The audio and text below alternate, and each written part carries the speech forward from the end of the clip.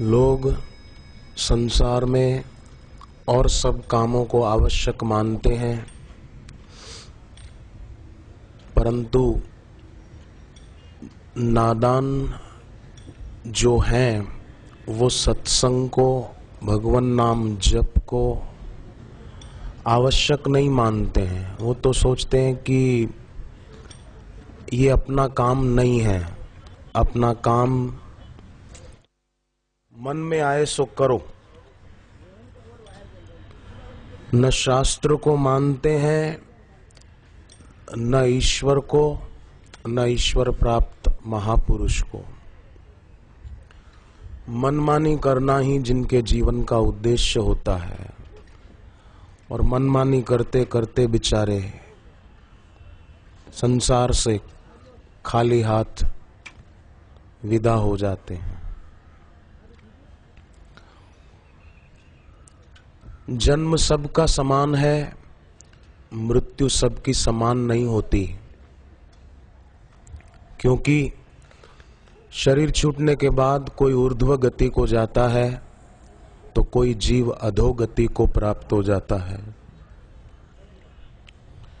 जीवन काल में जिसने अपनी शक्ति को ऊर्ध्वगामी नहीं बनाया, जीवन काल में बाहर से तो एकादशी का व्रत किया, परंतु 5 कर्म इंद्रियां और 5 ज्ञान इंद्रियां और 11वां मन, इन 11 का उपवास न कर पाया, केवल बाहर से एकादशी तिथि को उपवास कर लिया, तो कोई बहादुरी की बात नहीं की। मैं ऐसे लोगों को जानता हूं जो हर एकादशी को निर्जला करते हैं, पानी भी नहीं पीते, पर उनके जीवन में देखो तो कोई बरकत नहीं, न भक्ति है, न श्रद्धा है, न नाम जप में रुचि है। तो तेरी निर्जला एकादशी किस काम की? और मैं ऐसे लोगों को भी जानता हूं जो एकादशी निर्जला नहीं करते हैं और जो सूर्य को अर्घ्य नहीं देते हैं, पर आप उनका जीवन देखो तो उनको प्रणाम करने की इच्छा हो जाए। आप उनकी वीतरागता देखो तो उनके पैरों पर सिर रखने की इच्छा हो जाए। उनकी वीतरागता देखकर, उनकी सच्चाई देखकर, उनकी निष्ठा देखकर। मैं ऐसे लोगों को जानता हूं जो सूर्य को अर्घ्य नहीं देते, परंतु बड़े श्रेष्ठ विचारक, बड़े बुद्धिमान। व्रत किस लिए होता है? जीवन में कोई व्रत अभिमानी बनने के लिए नहीं होता है, और जो व्रत अभिमानी बना दे व्यक्ति को, वो व्रत नहीं, पाखंड है, ढोंग है, दिखावा है। व्रत जो ईश्वर के लिए किया जाए वो धर्म व्रत है। बाकी का व्रत, भले दिगे एकादशी को पानी भी नहीं पीता, अधर्म व्रत है, डुबाएगा, तारेगा नहीं। पाखंड डुबाता ही है, आडंबर डुबाता है। जहां शुद्रमय है वहां स्वर्ग है, वहां नरक है। जहां शुद्धमय है वहां न स्वर्ग है न नरक है। स्वर्ग नरक दोनों से परे, पाप पुण्य दोनों से पार।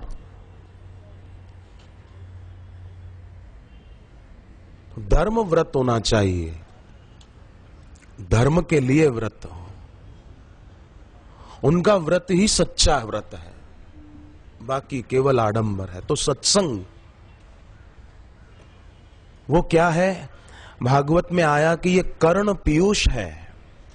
पीयूष माना अमृत, ये कानों का अमृत है जो गुरु के श्रीमुख से निकले। परंतु जो स्वाद लोलुप होते हैं उनको तो केवल जीव का अमृत ही दिखता है। वो अमृत होता नहीं, वो तो दिखता है। पिज्जा खा लूं, बर्गर खा लूं, पेप्सी पी लूं, कोका कोला पी लूं, कॉफी पी लूं, ये उनको केवल ये जीभ का अमृत दिखता है। परंतु जो बुद्धिमान हैं वे लोग सत्संग को कर्ण पीयूष मानते हैं। भागवत में ऐसा लिखा है। और ये सत्संग का जो पीयूष है, अमृत है, इसको चखने की जरूरत नहीं है। और न ही इसका स्वाद जानने की जरूरत है, न इसको देखने की जरूरत है, केवल इसको सुनने की जरूरत है। इसलिए कर्ण पीयूष कहा।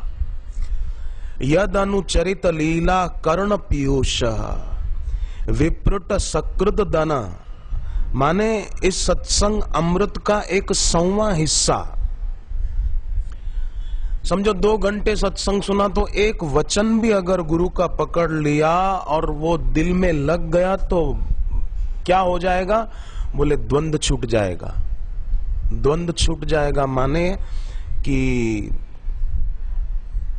सुख में फूलेंगे नहीं और दुख में सिकुड़ेंगे नहीं। ठीक है, होता रहता है। उपद्रवी लोग उपद्रव करना जानते हैं, पर भक्त शांति पाना जानते हैं। भक्त अपनी भक्ति बढ़ाना जानते हैं। हरि बिनु मरहि न निशिचर पापी, हरि के बिना पाप खत्म नहीं होगा, हरि के बिना पापी खत्म नहीं होगा। जो भी काम किया जाए ईश्वर का आश्रय लेकर किया जाता है तो उस काम में सफलता मिलती है। ध्रुव ईश्वर का आश्रय लेकर चले थे, विजयी हो गए, और उनका भाई उत्तम वो अहम का आश्रय लेकर चला था, विनाश को प्राप्त हुआ। अर्जुन ईश्वर को साथ लेकर, ईश्वर का आश्रय लेकर चले थे, विजयी हुए, और दुर्योधन हेकड़ी में निकला था, पराजित हो गया।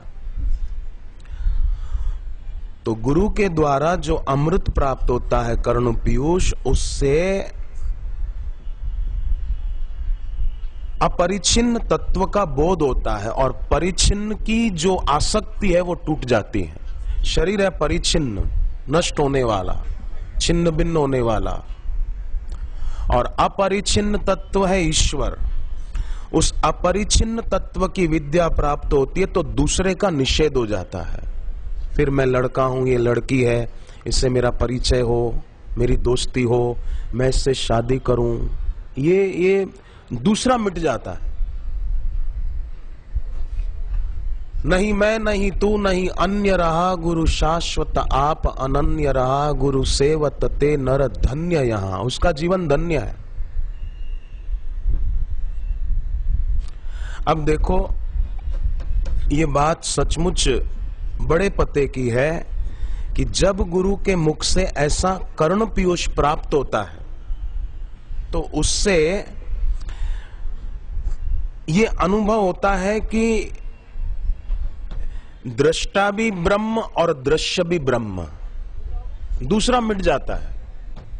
मैं ब्रह्म हूं और ये दूसरे हैं, नहीं नहीं, दृश्य भी ब्रह्म, दृष्टा भी ब्रह्म, ईश्वर।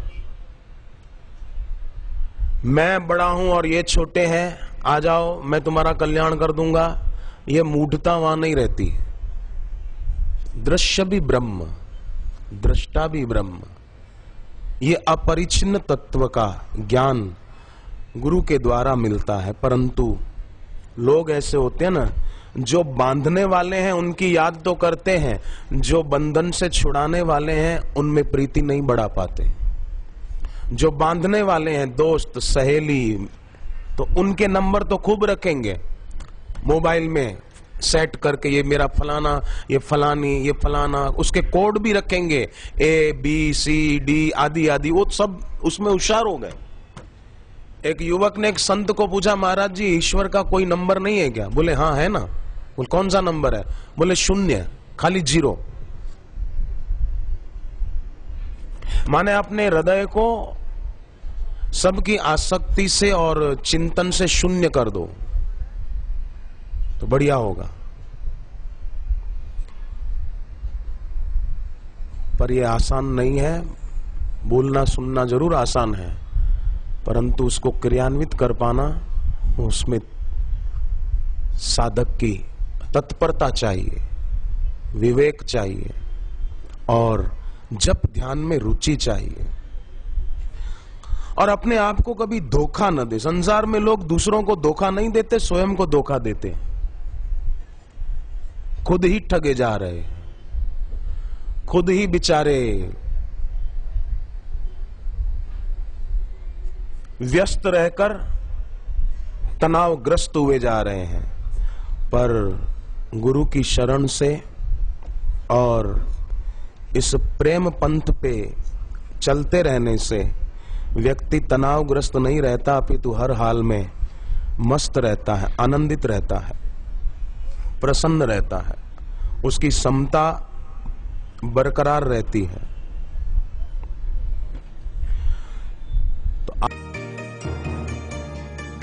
मासिक पत्रिका ऋषि प्रसाद। संपर्क संत श्री आसाराम जी आश्रम।